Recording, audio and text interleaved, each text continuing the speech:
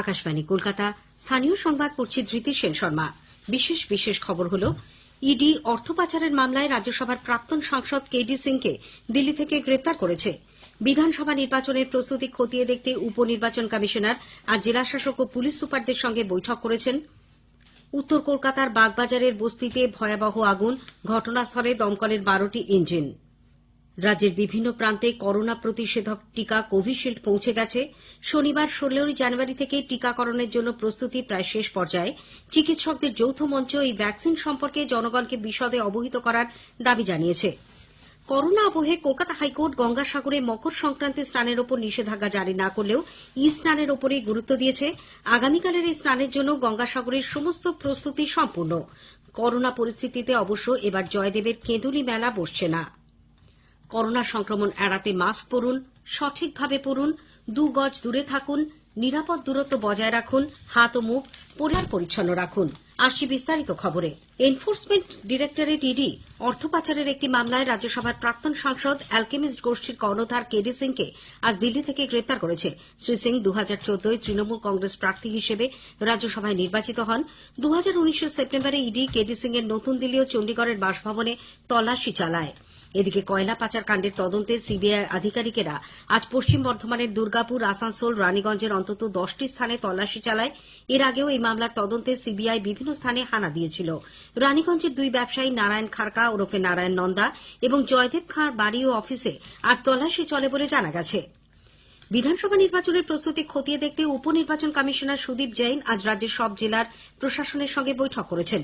গতরাতে কলকাতায় পৌঁছানোর পর আজ মধ্য কলকাতার একটি 5 হোটেলে তিনি দফায় দফায় জেলা প্রশাসনের কর্তা ব্যক্তিদের সঙ্গে এই বৈঠকে মিলিত হন।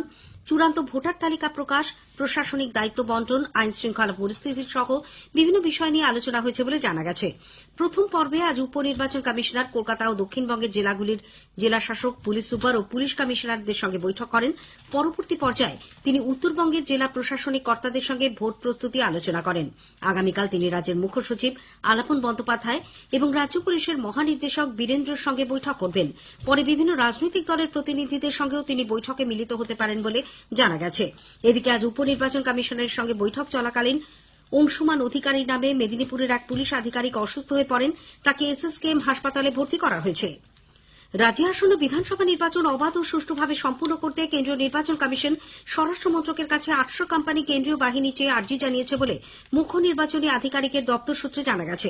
2019 লোকসভা নির্বাচনে এরাজ্যে 749 কোম্পানি কেন্দ্রীয় বাহিনী মোতায়েন করা হলেও এবার রাজ্যের আইন শৃঙ্খলার প্রেক্ষিতে আরও 51 কোম্পানি বাহিনী চাওয়া হয়েছে। বিজেপি ভোটার তালিকায় নতুন ভোটদাতার সংখ্যা অস্বাভাবিক বৃদ্ধি হওয়ায় তদন্তের দাবি জানিয়েছে। কলকাতায় আজ সুদীপ জৈনকে চিঠি দিয়ে শীঘ্রই নতুন ভোটারদের বিষয়ে অডিট করার দাবি জানানো হয় দলের পক্ষ থেকে। এক সাংবাদিক বৈঠকে রাজ্যসভার সাংসদ বিজেপি নেতা স্বপন দাশগুপ্ত বলেন, নির্বাচন কমিশন যে খসড়া ভোটার তালিকা প্রকাশ করেছে তাতে এরাজ্যে প্রায় 9.6% নতুন ভোটার সংখ্যা বৃদ্ধি পেয়েছে। মালদা, মুর্শিদাবাদ, 2 দিনাজপুর ও 2 চব্বিশ পরগনা সহ সীমান্তবর্তী জেলাগুলিতে এই সংখ্যা অস্বাভাবিক বৃদ্ধি হয়েছে, যা অত্যন্ত উদ্বেগজনক। মুখ্য নির্বাচন কমিশনারের এই আশ্বাস দ্রুত কার্যকর করতে নতুন ভোটারদের বিষয়ে তদন্ত করা উচিত বলে স্বপনবাবু দাবি জানিয়েছেন। আইপিএস আধিকারিক অজয় কুমার ঠাকুরকে রাজ্য পুলিশের ডিআইজি সিআইডি অপারেশন পদে বদলি করা হয়েছে। তিনি বর্তমানে ব্যারাকপুর পুলিশ কমিশনারের যুগ্ম পুলিশ কমিশনারের উত্তরাঞ্চলীয় জোনে ছিলেন। অজয় কুমারের জায়গায় ওই পদে অমরনাথকে দায়িত্ব দেওয়া হয়েছে। তিনি এসটিএফ এর শিলিগুড়ি সদর দপ্তরের পুলিশ সুপার পদে রয়েছেন। উত্তর কলকাতার বাগবাজার মহিলা কলেজের কাছের বস্তিতে আজ সন্ধ্যে 7টা নাগাদ বিধ্বংসী আগুন লাগে। দমকলের 12টি ইঞ্জিন ঘটনাস্থলে আগুন নেভানোর চেষ্টা চালিয়ে যাচ্ছে। বাতাসের গতিবেগ বেশি থাকায় আগুন দ্রুত ছড়িয়ে পড়ছে। এর জেরে সেন্ট্রাল এভিনিউতে ব্যাপক যানজটের সৃষ্টি হয়েছে। গিরিশ এভিনিউ, আরজিকর রোড, বাগবাজার স্ট্রিটে যান চলাচল ব্যাহত। পরিস্থিতি সামাল দিতে লালবাজার থেকে বিশাল পুলিশ বাহিনী ঘটনাস্থলে গেছে বলে আমাদের প্রতিনিধি জানিয়েছেন। স্থানীয় সংবাদ শুনছেন আকাশবাণী কলকাতা কেন্দ্র থেকে। রাজ্যের বিভিন্ন প্রান্তে করোনা প্রতিষেধক টিকা কোভিশিল্ড পৌঁছানোর কাজ চলেছে। গতকাল এই ভ্যাকসিন রাজ্যে এসে পৌঁছানোর পর তা কলকাতার বাগবাজারে কেন্দ্রীয় মেডিকেল স্টোরে রাখা হয়। সেখান থেকে বেশিরভাগ জেলাতেই ইতিমধ্যেই এই ভ্যাকসিন পৌঁছে গেছে। উত্তর 24 পরগনায় 8টি কন্টেনারে 47,000 ভ্যাকসিনের ডোজ পাঠানো হয়েছে। মোট 20টি কেন্দ্র থেকে প্রায় 47,000 স্বাস্থ্যকর্মী এই ভ্যাকসিন পাবেন। নদিয়ায় আজ টিকার 34,000 ডোজ পৌঁছে গেছে। মুর্শিদাবাদে প্রথম দফায় ভ্যাকসিনের 37,500টি ডোজ পৌঁছেছে। বহরমপুর জেলা স্বাস্থ্য দপ্তরে সেগুলি মজুত রাখা হয়েছে। পশ্চিম বর্ধমানে গতরাতে ভ্যাকসিনের 19,000 ডোজ পৌঁছলেও পূর্ব বর্ধমানে তা পৌঁছয় আজ সকালে। পশ্চিম বর্ধমানে 10টি ও পূর্ব বর্ধমানে 45টি কেন্দ্রে এই টিকা দেওয়া হবে। পূর্ব মেদিনীপুর জেলায় ভ্যাকসিনের 21,000 ডোজ পৌঁছেছে। নন্দীগ্রাম স্বাস্থ্য জেলার জন্য অবশ্য এই প্রতিষেধক আলাদা করে পাঠানো হচ্ছে। পশ্চিম মেদিনীপুরে আজ দুপুরে 5টি কন্টেনারে ভ্যাকসিনের 26,000 ডোজ পৌঁছয়। উপমুখ্য স্বাস্থ্য আধিকারিক ডক্টর সৌম্য শঙ্কর ষড়ঙ্গী জানিয়েছেন, জেলার কেন্দ্রীয় কোল্ড চেন পয়েন্টে এখন সেগুলি মজুত রয়েছে। কলকাতা থেকে বাঁকুড়া হয়ে পুরুলিয়াতেও আজ বিকেলে কোভিশিল্ডের 18,000 ডোজ পৌঁছয়। স্বাস্থ্য ভবনে বিশেষ আই ল্যাবে সেগুলি রাখা হয়েছে। জেলার 9,000 স্বাস্থ্যকর্মীকে 226টি কেন্দ্র থেকে এই প্রতিষেধকের 2টি ডোজ দেওয়া হবে। অন্যদিকে বীরভূম, সিউড়ি ও রামপুরহাট দুটি স্বাস্থ্য জেলার জন্য টিকার 21,400টি ডোজ পৌঁছেছে। এছাড়া হাওড়া, হুগলি ও জলপাইগুড়িতেও ভ্যাকসিনের ডোজ ইতিমধ্যেই পৌঁছে গেছে। উল্লেখ্য, 16 জানুয়ারি থেকে সারা দেশের সঙ্গে এরাজ্যেও টিকাকরণের কাজ শুরু হচ্ছে। এর জন্য প্রস্তুতি প্রায় শেষ পর্যায়ে। চিকিৎসকদের যৌথ মঞ্চ joint platform of doctors vaccine রোগ প্রতিরোধ করে না রোগের তীব্রতা কমাতে কার্যকর হবে সে বিষয়ে জনগণকে বিশদে অবহিত করার দাবি জানিয়েছে। সেই সঙ্গে ভ্যাকসিনের পরীক্ষা কোন পর্যায়ে রয়েছে প্ল্যাটফর্মের পক্ষ থেকে তাও জানতে চাওয়া হয়েছে। সংগঠনের আরও দাবি, টিকা নেওয়ার পর কোনো পার্শ্ব প্রতিক্রিয়া দেখা দিলে তার প্রয়োজনীয় সমস্ত চিকিৎসার ব্যবস্থা সরকারকেই নিতে হবে। দেশে করোনা সংক্রমণ থেকে আরোগ্যের হার 96.51% পৌঁছেছে। চিকিৎসাধীন কোভিড রোগীর সংখ্যা মোট আক্রান্তের 2.04% নেমে এসেছে। মৃতের সংখ্যা বেড়ে হয়েছে 1,51,529। মৃত্যুহার কমে দাঁড়িয়েছে 1.44%। এদিকে করোনা আবহে কলকাতা হাইকোর্ট গঙ্গাসাগরে মকর সংক্রান্তি স্নানে সরাসরি নিষেধাজ্ঞা জারি না করলেও পুণ্যার্থীদের ই স্নানের পরামর্শ দিয়েছে। সাগর সঙ্গমে স্নান নিয়ে এক আবেদনের প্রেক্ষিতে আজ প্রধান বিচারপতি টিভিএন রাধাকৃষ্ণন ও বিচারপতি অরিজিৎ বন্দ্যোপাধ্যায়ের ডিভিশন বেঞ্চ সাগরের জলে না নেমে স্নান করার জন্য জনগণকে উৎসাহিত করতে বলেছেন। সেই সঙ্গে আদালত রাজ্য সরকারের তরফে ই স্নানের জল সহ বিভিন্ন সামগ্রী যেভাবে নানান জায়গায় সরবরাহ করা হচ্ছে তেমনি তা গঙ্গাসাগরে মেলার মাঠেও বিনামূল্যে বিতরণ করতে বলেছে। আগামী 8ই জানুয়ারি মামলার পরবর্তী শুনানির দিন ধার্য হয়েছে। মেলায় আদালতের নির্দেশ কতখানি পালন হলো তার উপর ভিত্তি করে সেদিন রাজ্য সরকারকে রিপোর্ট দিতে বলা হয়েছে। এদিকে মকর স্নানের জন্য গঙ্গাসাগরের সমস্ত প্রস্তুতি প্রায় সম্পূর্ণ। আগামীকাল সকাল 6:10 পুণ্য স্নানের যোগ শুরু হবে। পরদিন সকাল 6:02 পর্যন্ত তা চলবে। স্নানের মাহেন্দ্রক্ষণ সকাল 10:30 থেকে বেলা 12:15 পর্যন্ত।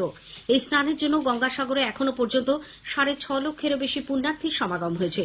কঠোর সতর্কতার মধ্যে আজ সন্ধে পর্যন্ত 20 লক্ষেরও বেশি মানুষ ই দর্শন এবং ই স্নান সেরেছেন। শারীরিক অসুস্থতার জন্য আজ একজন পুণ্যার্থীকে এয়ার অ্যাম্বুলেন্সে করে কলকাতায় নিয়ে যাওয়া হয়েছে। একটি প্রতিবেদন। করোনা আবহে আদালতের রায় মেনেই সব ধরনের সতর্কতামূলক ব্যবস্থা গ্রহণের মধ্যে রাত পোহালেই গঙ্গা এবং বঙ্গোপসাগরের মিলনস্থল পুণ্যক্ষেত্র গঙ্গাসাগরে মকর সংক্রান্তির স্নানের জন্য সব ব্যবস্থা সম্পূর্ণ। তবে এইবার মেলায় জনসমাগম খুব কম চোখে পড়ছে। তার মধ্যেই সরকারি মতে প্রায় 2,40,000 পুণ্যার্থী স্নান সেরে ফিরে গিয়েছেন। প্রশাসনের তরফে মেলাক্ষেত্রের বিভিন্ন জায়গায় প্রচার চালানো হচ্ছে। জোর দেওয়া হয়েছে ই স্নানে। পুণ্যার্থীদের মধ্যে মাস্ক এবং স্যানিটাইজার বিলি করছে বিভিন্ন স্বেচ্ছাসেবী সংগঠন। সংক্রমণ প্রতিরোধ করতে কাকদ্বীপ, কচুবেড়িয়া, নামখানার মতো 13টি প্রবেশপথে চলছে thermal screening, rapid antigen test. এইদিকে উত্তরে হাওয়ায় ভর করে সাগর তটেও বাড়ছে শীতের দাপট। সুমন দে, আকাশবাণী সংবাদ, গঙ্গাসাগর। অন্যদিকে আদালতের নির্দেশের কথা মাথায় রেখে গঙ্গাসাগরে এখনো পর্যন্ত প্রায় 5.5 লক্ষ পুণ্যার্থীর শারীরিক পরীক্ষা করা হয়েছে।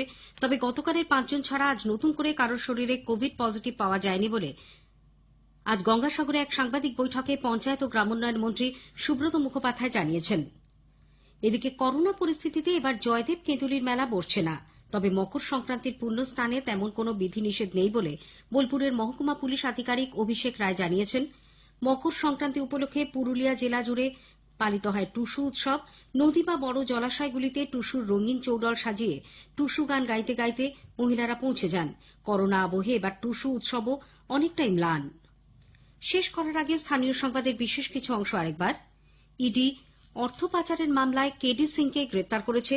বাগবাজারে ভয়াবহ আগুন, ঘটনাস্থলে দমকলের 12টি ইঞ্জিন। স্থানীয় সংবাদ শেষ হল। পরের খবর রাত 10টায়।